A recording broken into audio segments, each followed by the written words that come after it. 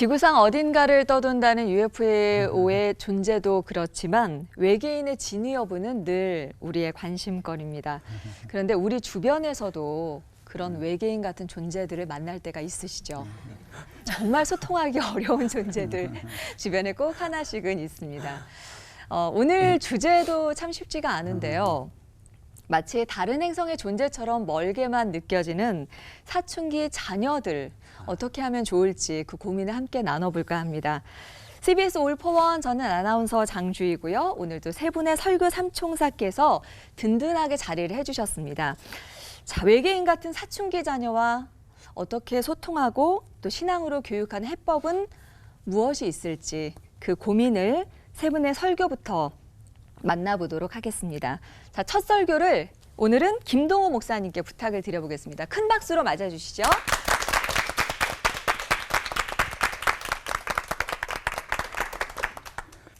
사춘기를 다루는 시간인데요. 사춘기 하면 떠오르는 게 뭘까요? 우리 반항, 말 안 들음. 근데 걔네들은 왜 말을 안 들을까요? 부모들이, 어른들이, 선생님들이 하는 말이 옳다는 걸 모를까요? 좋은 말이라는 걸 모를까요? 자기를 위해서 하는 말이라는 걸 몰라서 그럴까요? 전 그렇게 생각하지 않아요. 걔네들도 다 알아요. 옳은 말 하신다는 것도 알고 좋은 말이라는 것도 알고 자기를 위해서 그런다는 것도 다 알아요. 근데 왜 안 들을까요? 외계인이 돼서? 중2가 돼서? 아니요, 그렇지 않아요. 문제는 부모에게 있어요. 사실은 외계인은 부모가 외계인이에요. 제가 볼 때.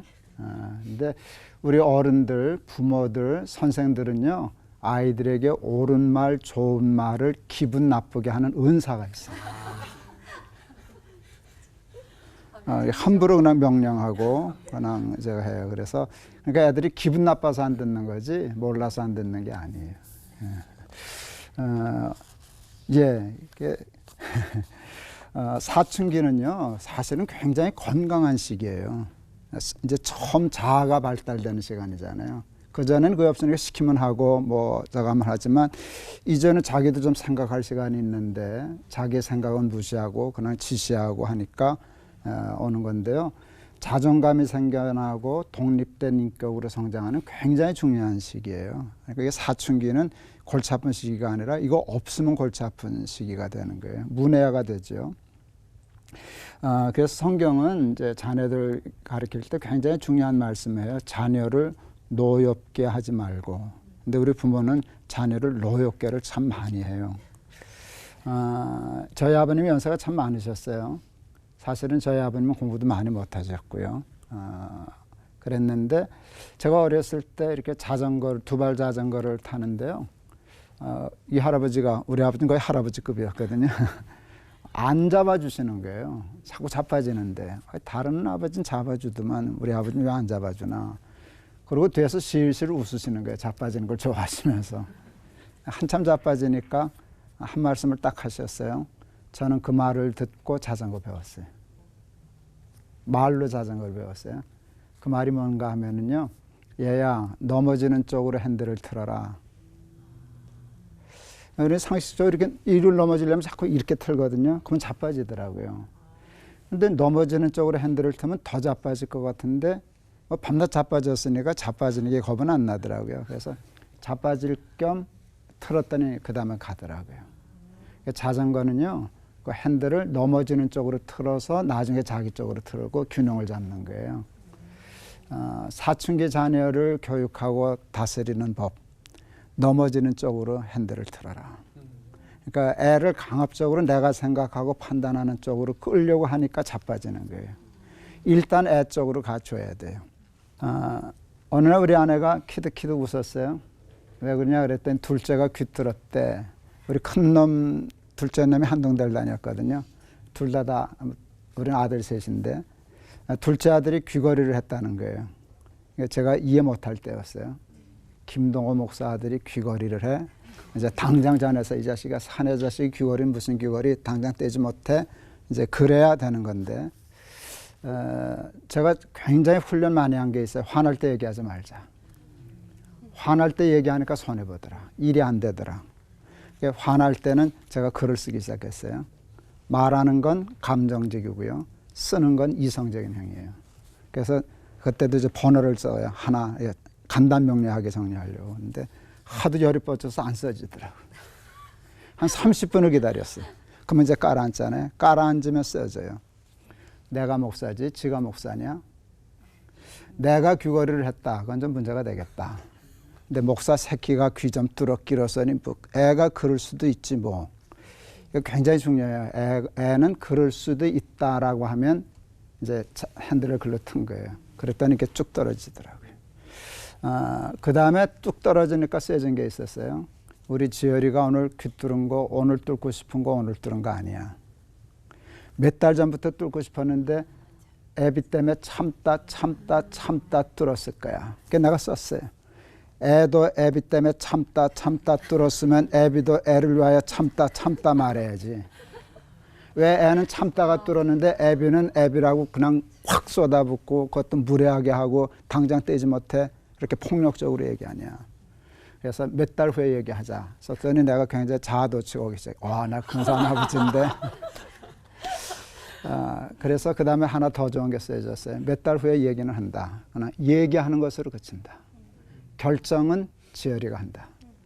설령 그게 잘못됐다고 할지라도 자기가 떼기 전에는 떼게 하지 않는다. 설령 귀걸이 한 게 나쁜 일이라고 할지라도 강제로 떼는 것은 그보다 훨씬 더 나쁜 일이다. 왜 하나님도 그렇게 안 하신다. 그랬더니 이게 쫙 풀렸어요. 전화했어요. 지열아 너 귀 뚫었다지? 네. 너 돈 없어서 싸우려고 했지? 예. 올라오나 아버지가 좋은 거 알아줄게. 그래서 친해요. 굉장히 친해요. 아이들 셋 그런 식으로 키웠어요. 막내는 사람을 너무 좋아했어요. 그래서 공부를 잘 안 하셨어요. 오늘 내가 성적표 안 보는데 보다가 내가 그랬다 그러더라고. 난 잊어버렸는데 야 이건 죄다 그랬다가 어떻게 이렇게까지 이건 더 죄다. 난 잊어버려서 물었어요. 그래서 그때 아빠 뭐라 그러든 그랬더니 아빠가 3년 시간 더 줄게. 3년 끝까지가 늦어봤자 상관없어. 지금부터 시작하면 또 따라갈 수 있어. 아버지 그게 자기한테 도움이 됐다고. 사랑은 오래 참고 무례히 행치 아니하며 그게 나한테 도움이 됐어요. 사춘기를 잘 모르겠어요. 사춘기 외계인 이게 굉장히 건방진 얘기인데요. 전 그거 잘 모르겠어요. 어느 날 제가 우리 아내한테 그랬어요. 아들 셋을 길렀으면 이게 만만치 않을 텐데 제가 아들 때문에 속 썩은 적이 없어요. 그래서 나는 애들 때문에 속 썩은 적이 없네. 그랬더니 우리 아내가 기가 막힌 얘기를 해줬어요. 애들이 속을 안 썩였나? 당신이 안 썩었지.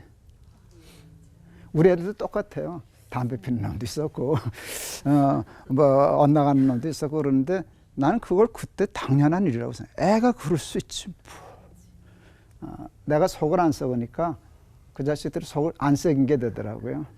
그러니까 친해졌어요. 애를 너무 사랑하기 때문에 너무 기준을 높이 세워놓고 강제로 끌어다니려. 조금 기다려줘도 되는데 조금 믿어줘도 되는데 애들이 사춘기 때 친구 좋아하게요? 부모 좋아하게요? 왜 좋아하는지 알아요? 친구는 잔소리를 안 해요. 친구는 잔소리, 자기 편을 들어줘. 그런데 부모도 아이를 기를 때 친구가 돼서 애들 때 그럴 때 있으니까 좀 기다려주고 이해해주고 참아주면 사춘기 건강한 방법으로 다 잘 지나갈 줄을 믿습니다. 그래서 성경이 맞아요. 자녀를 노엽게 하지 말고 주의 교양과 훈계로 양육하라. 기도하겠습니다. 하나님이 우리에게 선물로 주신 귀한 자녀들 노엽게 하지 말라 했는데 우리는 사랑한다는 명분하에 가끔 애들을 무례하게 함부로 다루어서 아이를 노엽게 할 때가 많습니다.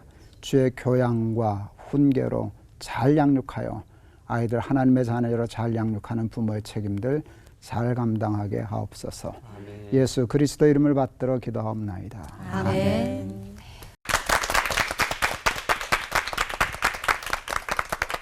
자식 키워봐야 부모 마음 안다.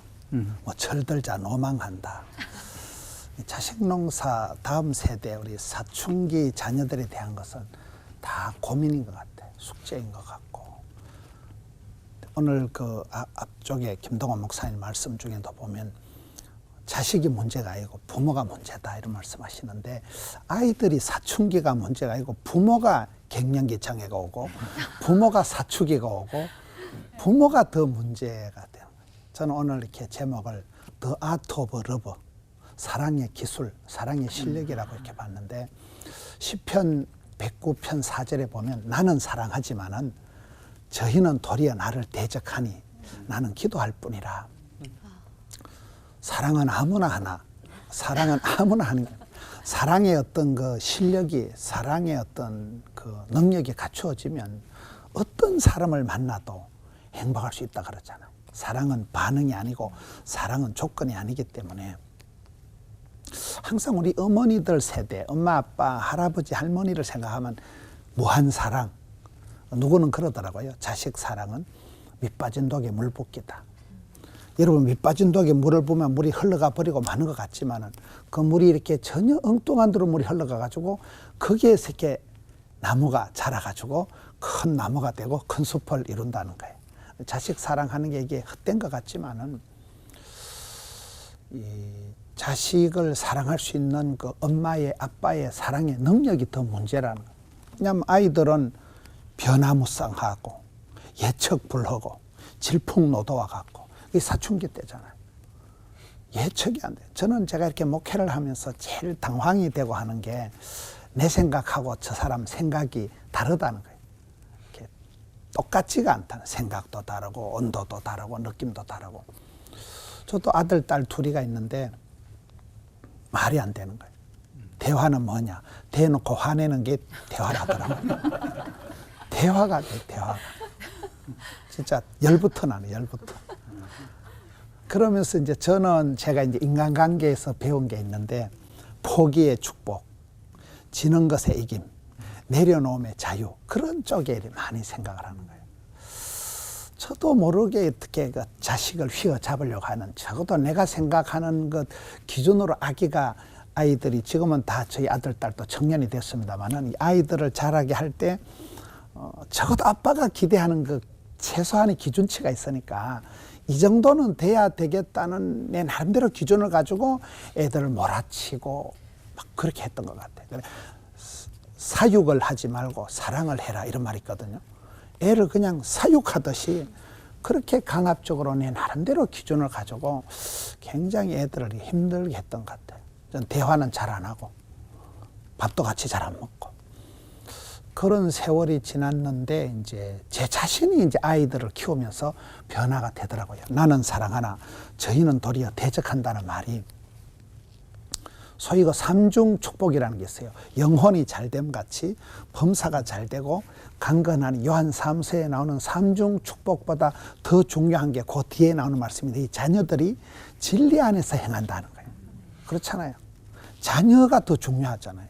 내 욕심, 내 어떤 그 주도적인 강압적인 통제 본능을 좀 내려놓고 나는 사랑만 하면 사랑의 물결을 흘려보내기만 하면 성령 하나님께서 아이의 마음을 감동하신다. 그래서 썸물을 흘려보내지 말고 결국은 아까 김동원 목사님 말씀하고 같은 맥락인데 썸물을 흘려보내지 마라. 주의 사랑으로 사랑의 물결, 저는 사랑의 파도가 있다고 봐요.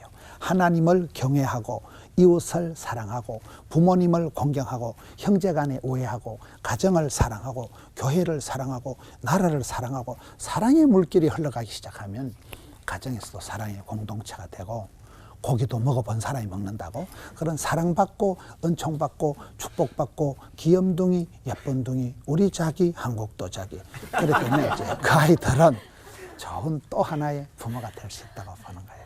기도하겠습니다. 하나님 아버지, 저희들의 아버지가 되셔서 철딱선이 없는 저희들을 한결같은 사랑으로 쏘아주시고 참아주시고 여기까지 길러주신 하나님, 저희들도 부탁하신 자녀들에게 또 그렇게 주의 사랑으로 섬기고 훈계하게 하여 주시옵소서.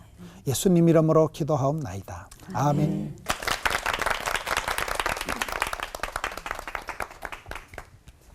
같은 주제를 가지고 오늘 세 번째 설교를 하게 되는 게 저는 게 특권인 것 같아요. 두 분의 말씀을 듣고 제가 이렇게 할 수 있다는 게 오늘이 네 번째잖아요. All for One. 근데 세 번째는 제 느낌에 이렇게 다양한 설교가 한 주제로 갈 수 있는가, 일맥상통 이런 걸 느꼈다면 오늘 저는 같은 주제를 가지고 이렇게 다르게 말할 수 있나. 저는 이제 자녀 교육에 대해서 그런 생각을 하는데 두 분 목사님들께서는 이제 자녀 교육에 있어서 이 부모가 문제다. 근데 저는 자식이 문제다. 이렇게 한번 이야기를 해보려고 그래요.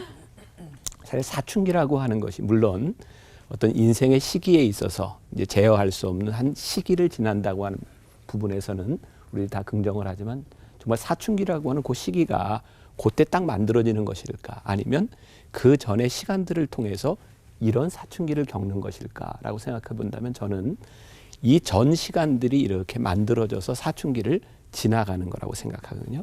저는 그런 면에서 부모가 자식을 이해하고 사랑하고 이러는 것도 참 좋지만 자식을 교육시키는 부분에 저는 조금 생각을 해보고 싶어요. 목사님 두 분은 보니까 참 좋은 아버지가 되려고 노력을 하셨던 것 같아요. 이해하려고 노력도 하시고. 근데 저는 그냥 태생적으로 좋은 아버지였어요. 왜냐하면 저는 별로 고민을 안 했던 게 우리 애가 초등학교 때 이렇게 브릿지를 넣고 왔어요. 머리에. 근데 저는 그다음에 얘가 중학교 갔을 때 귀를 뚫고 왔고 저는 그 부분에 대해서 너 어렸을 때 많이 해봐라. 저는 고민 자체를 안 했어요. 그리고 우리 아이가 늘 두려움에 떨었던 건 자기는 이제 커서 머리를 가지고 무엇도 해볼 수 없는 때가 오리라. 이런 두려움을 가지고 있었기 때문에 그 전에 뭐든지 다 하고 싶어 했기 때문에 그래 해봐라. 또 제 기억에 이놈이 유치원 다닐 때였는데 TV 이렇게 광고를 보다가 이렇게 맥주 광고가 나왔어요. 근데 이렇게 하는 걸 보고 너무 먹고 싶어 하는 거예요. 그래서 내가 너 가서 맥주하고 소주를 사와. 그래서 사가지고 와서 아빠가 따라주고 먹어봐. 얘가 유치원 다닐 때 술을 끊었어요. 초등학교 1학년 때 얘가 담배를 끊고 저는 그냥 이렇게 해봐라. 네가 경험해봐라. 그러니까 저는 두 분이 고민하는 걸 안 해보고 그냥 이렇게 그게 저는 참 좋은 아버지라고 생각을 했고 이 정도 교육을 했으면 괜찮은 사람 아니에요? 근데 우리 아이들이 다 크고 나서 제가 그런 이야기를 들었어요. 제 아내가 아이들한테 물어본 거예요. 아빠에 대해서 너는 점수를 어떻게 주냐? 근데 우리 아이들 얘기해요. 목사로서 아빠는 A, 아빠로서 F. 그러면서 하는 이야기가 우리는 아빠 없이 컸어요. 아이들이 그러더라고요. 그러니까 저는 나름 이렇게 잘한다고 생각했지만 우리 아이들에게 있어서 이렇게 목회자로서의 이 아버지는 이 아이들의 중요한 순간에 이렇게 있어 보지를 못했어요. 우리 아이들이 고등학교 졸업할 때까지 한 번도 이렇게 졸업식에를 가보지 않았고, 저는 사실 시간이 없었다기보다는 이제 동네에 학교를 다니니까 그 동네에 우리 교인들이 많잖아요. 근데 혹시 낮에 제가 갔을 때 아버지가 못 오는 그런 아이들의 마음 상할까봐 일부러 안 갔거든요. 근데 그런 것들이 아이들에게는 다 이렇게 상처로 남아 있는 거예요. 제가 교육에 대해서 저는 이제 좀 아이들에게 이해하는 것도 좋지만 교육이 필요하다라고 생각하는 것 중에 하나는 제가 오늘 말씀 가운데 신명기 6장 1절부터 9절 우리가 잘 아는 쉐마의 말씀이거든요. 들으라. 그리고 뭘 들으라고 말씀하냐면 부모의 말을 들으라고 이야기하는 것이 아니라 내 하나님을 사랑하는 것, 그것을 가르치고 정말 귀에 못이 박히도록 이렇게 가르치라는 거예요. 그래서 저는 어떤 교육이라고 해서 어떤 강압적인 이런 걸 이야기하고 싶은 것이 아니라 우리 부모들이 자녀들에게 어떤 부모로서 어떤 교육을 시켜나가는가 이 부분에 조금 우리가 관심을 좀 가질 필요가 있지 않을까. 자, 제가 오늘 이야기를 하면서 교육에는 정말 왕도가 없어요. 저는 이제 목사님 두 분의 이야기를 들으면서 저렇게 자녀들을 키우고 저런 자녀였구나. 근데 저희 아이들은 또 다르거든요. 그래서 정말 무서운 게 교육에 대해 얘기하는 것 같아요. 내가 이렇게 키워봤으니 이렇게 하세요. 근데 그런 얘기를 들으면 누군가는 상처를 많이 받는 거예요. 왜? 그게 적용이 되지 않거든요.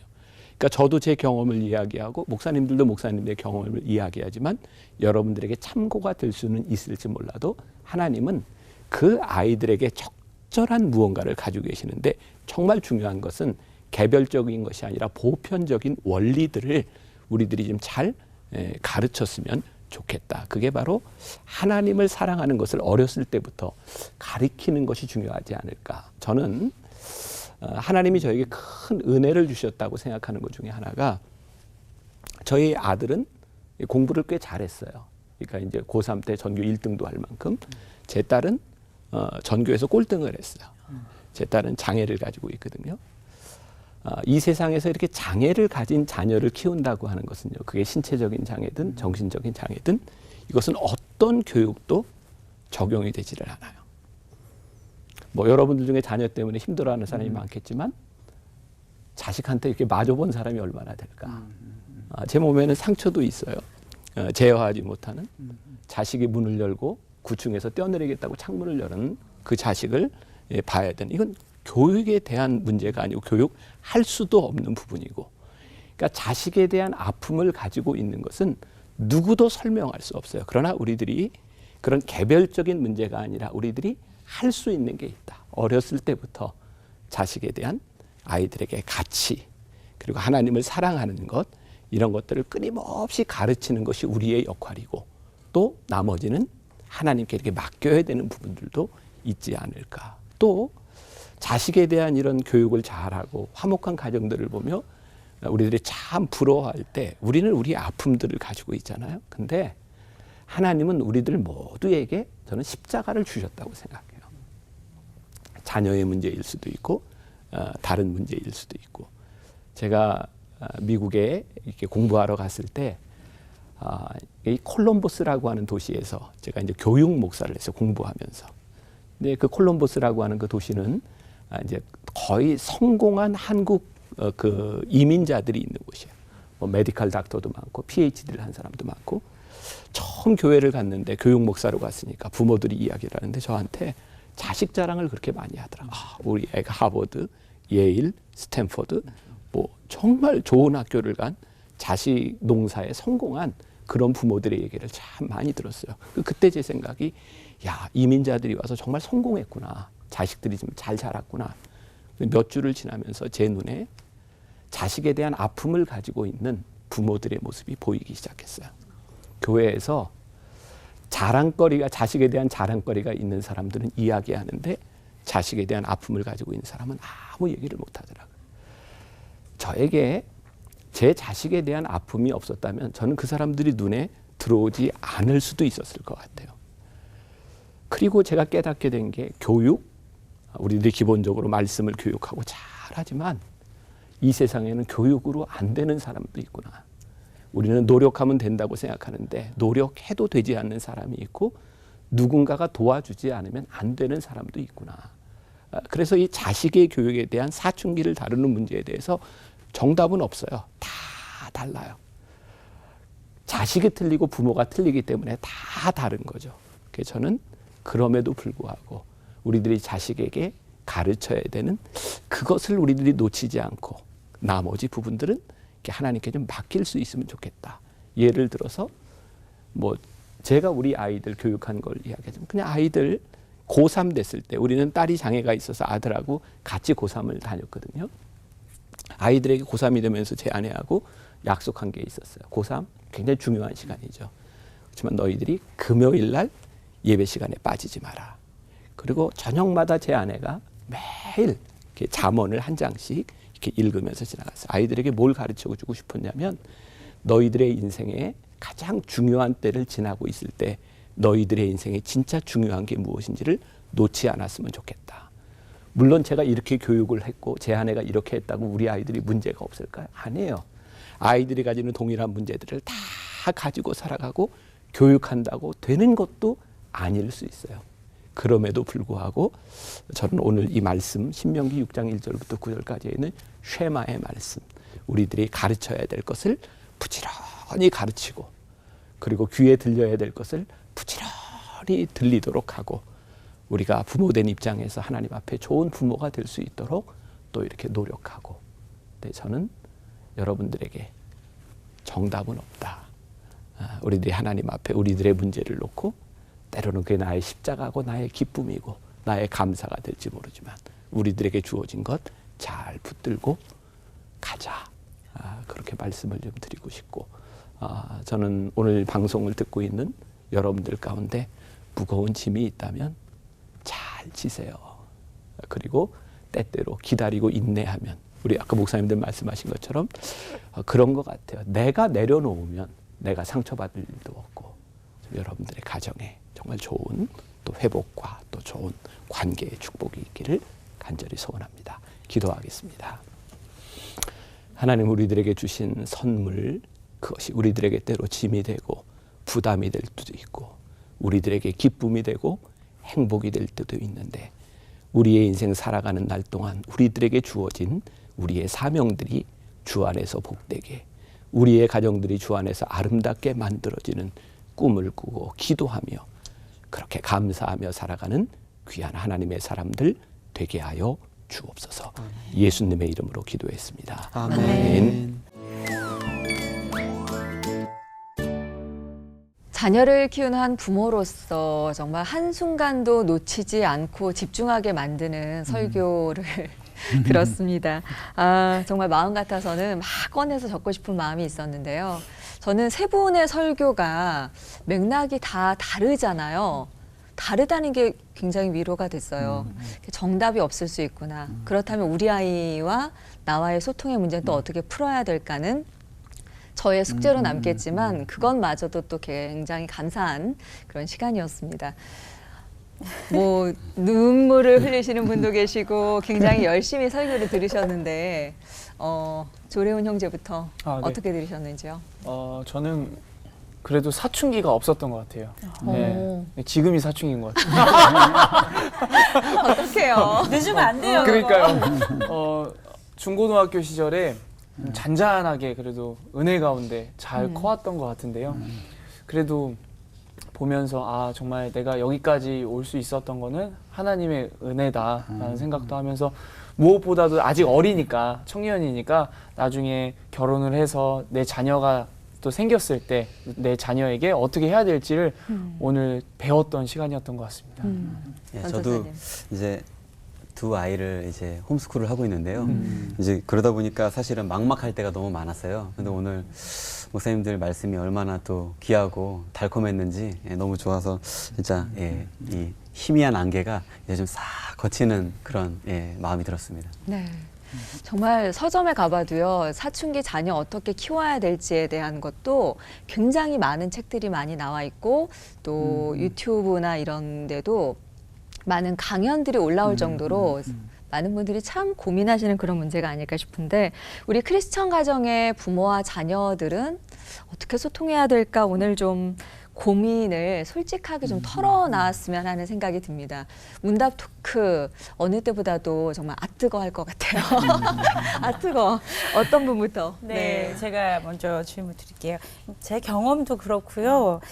누구나 사람이면 겪게 되는 사춘기라고 하는데, 왜 그때만 되면 사춘기라는 시기와 부모 세대가 계속 반복해서 이 갈등이 빚어질까라는 생각이 들었어요. 왜 그런 걸까요? 고대 동굴에도 요즘 애들은 안 된다 이런 얘기가 써있다는 얘기가 있더라고요. 네. 네. 진짜 왜 그럴까요? 목사님.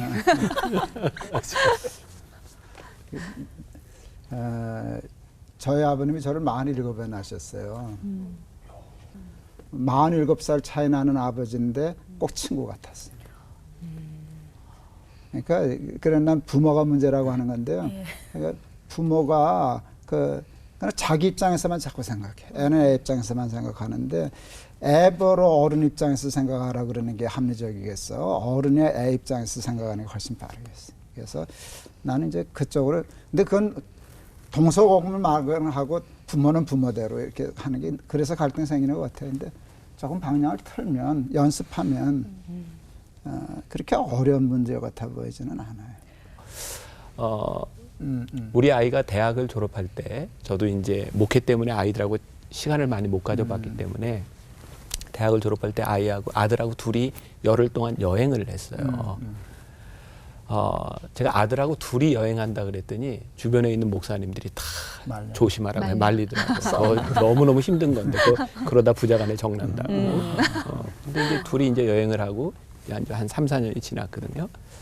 지난주에 우리 아들이 그런 얘기를 하더라고요. 친구하고 이야기를 하는데 친구가 물었대요. 너는 언제 행복했니?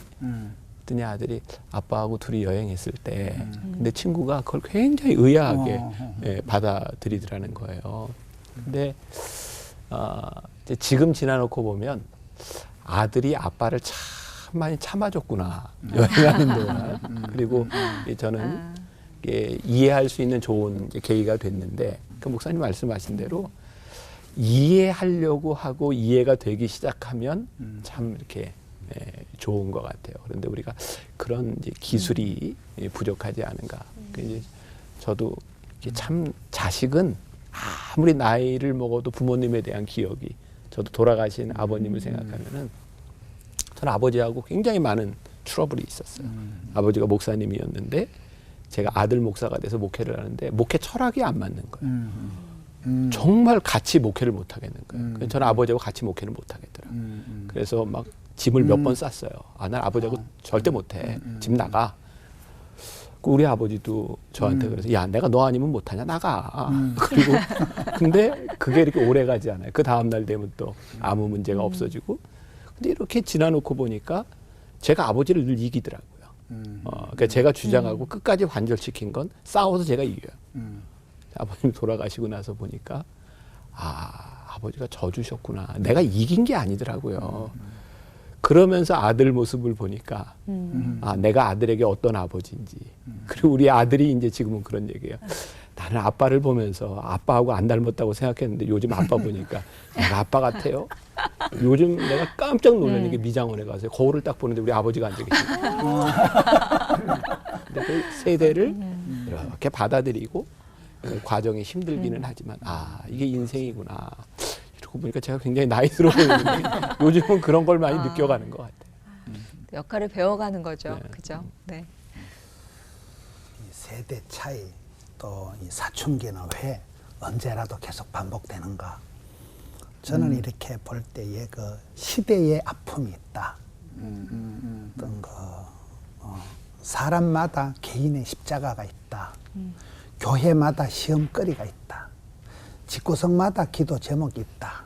그 가정의 가풍, 그 교회만의 그 영적인 흐름, 그 나라의 어떤 그 민족성으로 인한 어떤 그 고통, 고난, 시대의 우울이 있다고 해. 시대의 눈물, 시대의 고통이 있는데 우리 세대는 우리 세대대로의 그런 고통이 있었고 또 우리 계속 내려가면서 항상 이 사춘기의 문제는 계속되는 거죠.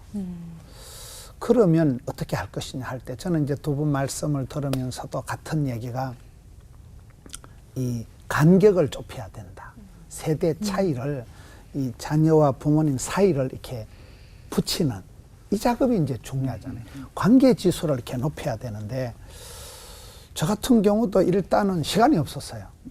저는 잘한다고 생각하는 것이 목양 1년 집에서 집에 잘 들어가지도 않고 밥도 같이 안 먹고 저희 아기들이 어릴 때 재미있는 얘기가 있었는데 제가 딸을 진짜 좋아하거든요.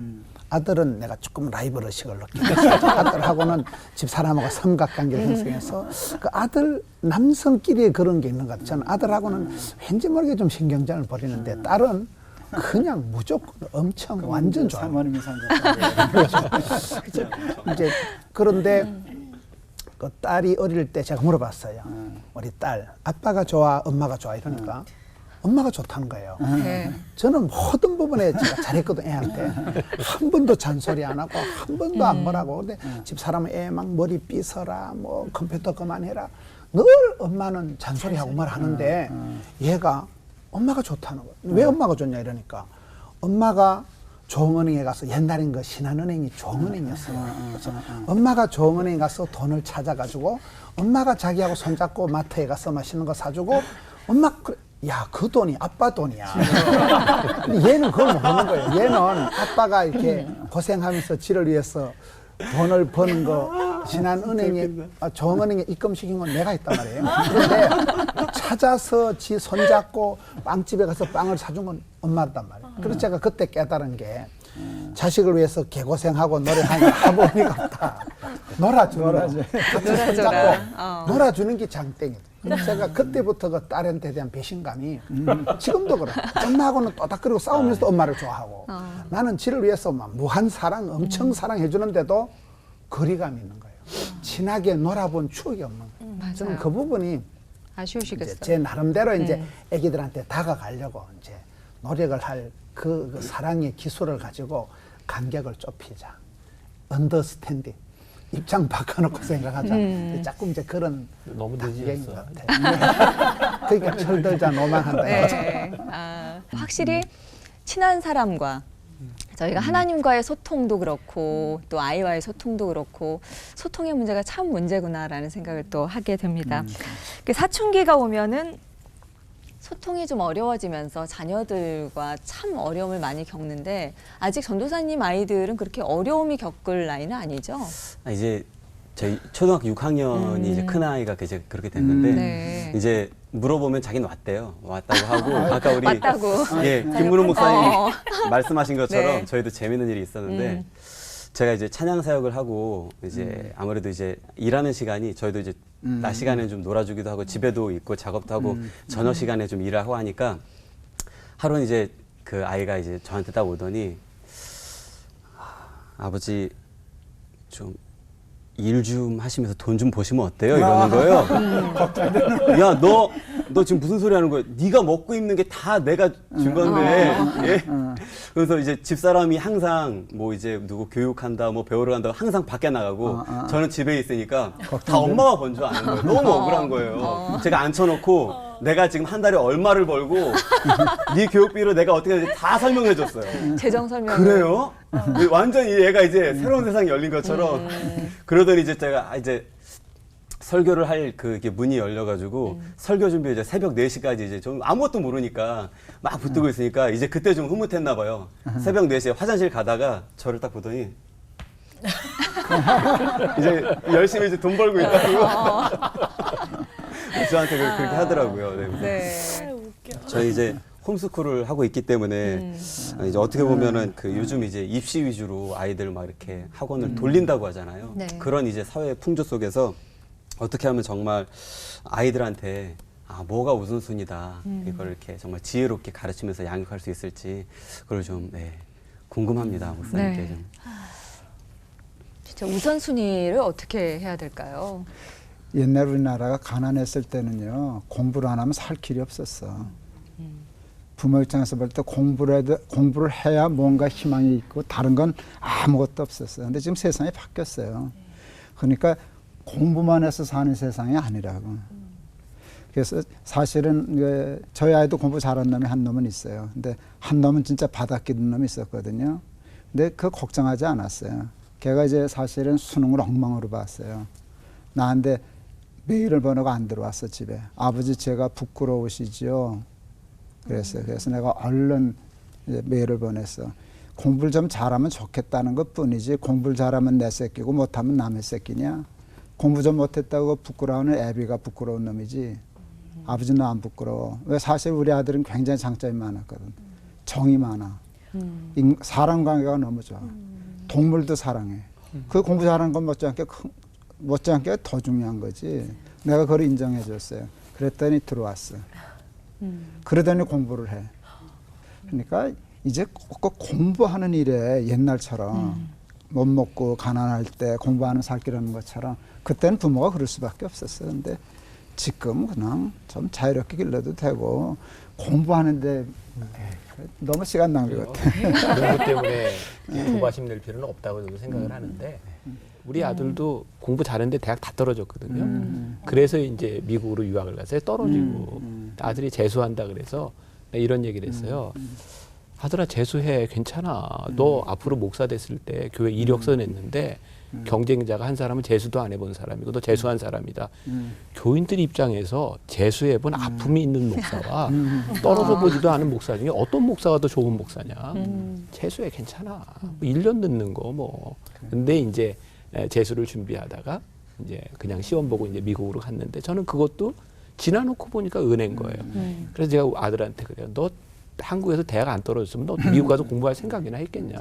떨어졌으니까 갔지. 우리 아들이 고등학교 때 외고 떨어졌거든요.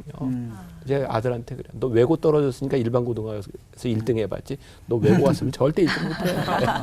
그러니까 정말 하나님의 은혜 가운데 우리의 인생을 보면 조바심 그거 극복하는 게 사실 참 힘든 것 같은데 네. 극복해야 될 것 같아요.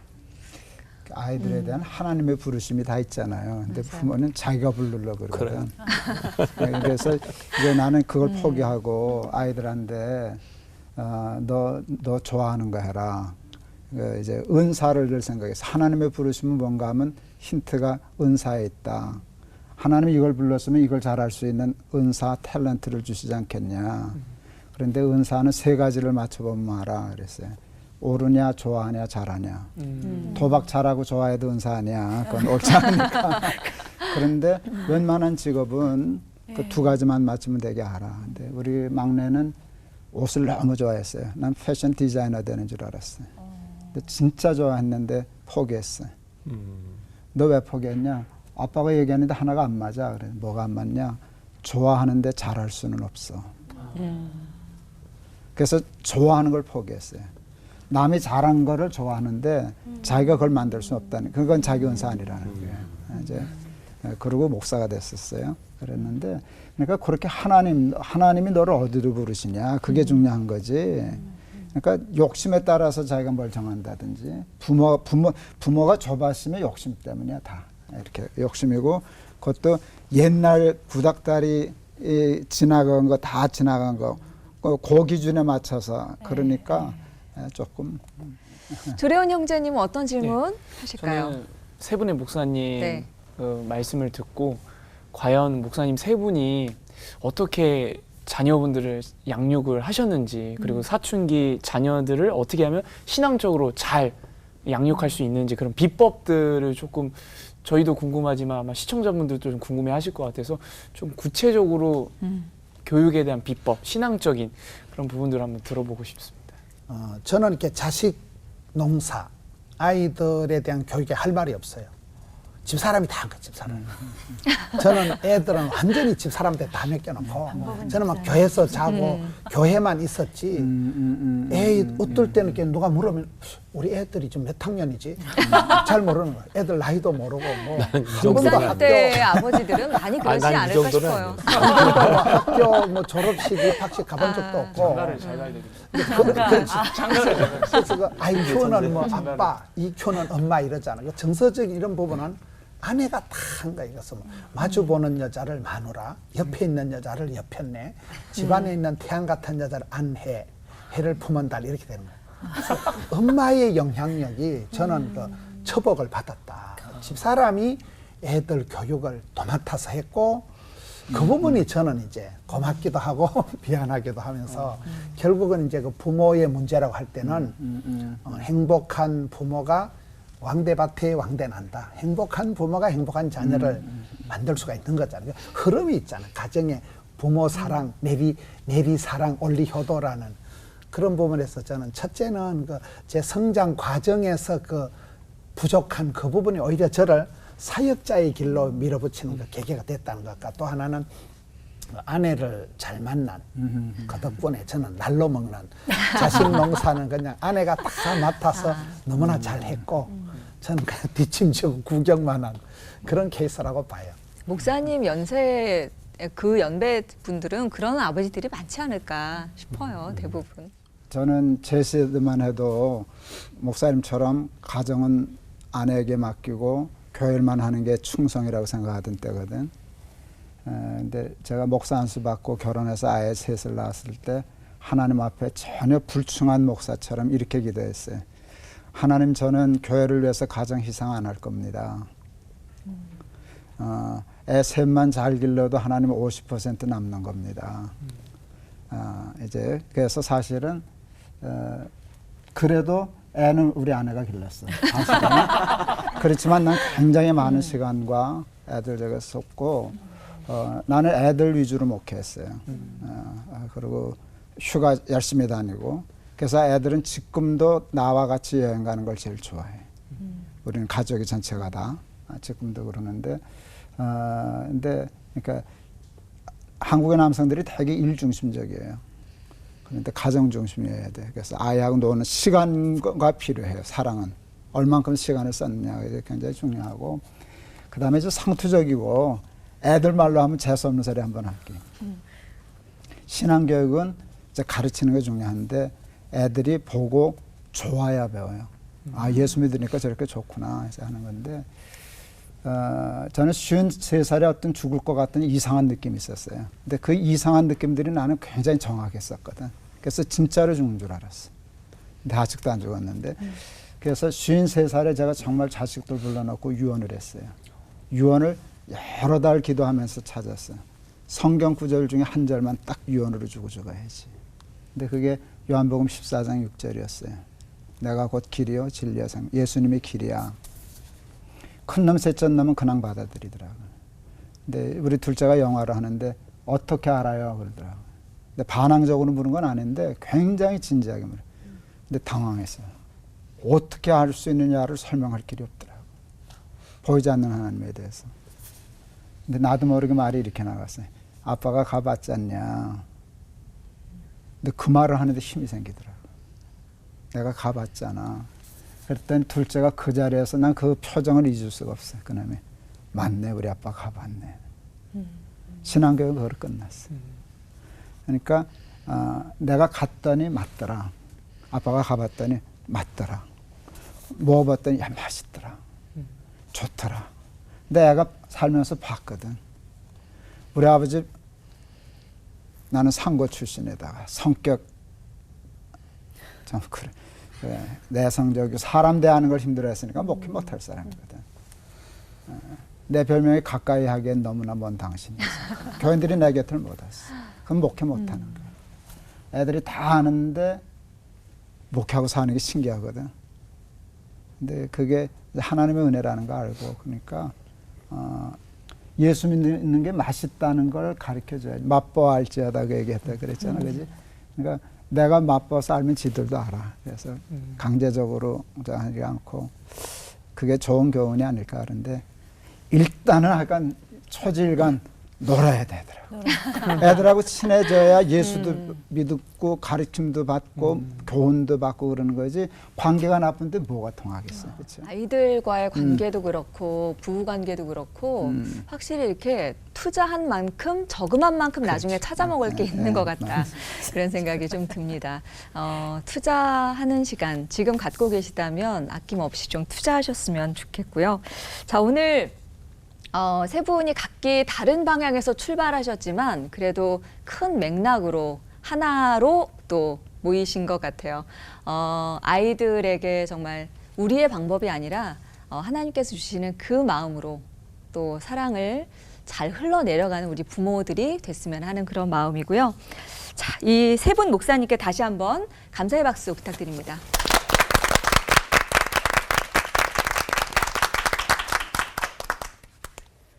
매회 신앙의 본질적이고 또 현실적인 한 가지 주제를 가지고 세 분의 목사님의 말씀을 듣는 CBS All for One. 이제 다음 주 어떤 주제를 준비하고 있는지 말씀을 드려야 될 시간인데요. 복음을 들을 수 있다고 해서 교회 다닌 지도 꽤 오래됐는데 더 이상 삶의 변화가 나타나지 않을 때 우리는 굉장히 좀 초조해지는 것 같습니다. 우리가 알고 있는 복음이 진짜 복음이 맞는 건지, 성경이 말하는 참된 복음이라는 것이 무엇인지 근본적인 물음을 다음 주에 풀어놓고자 합니다. 진짜 복된 소식을 만날 수 있는 시간이니까 놓치지 마시기 바라고요.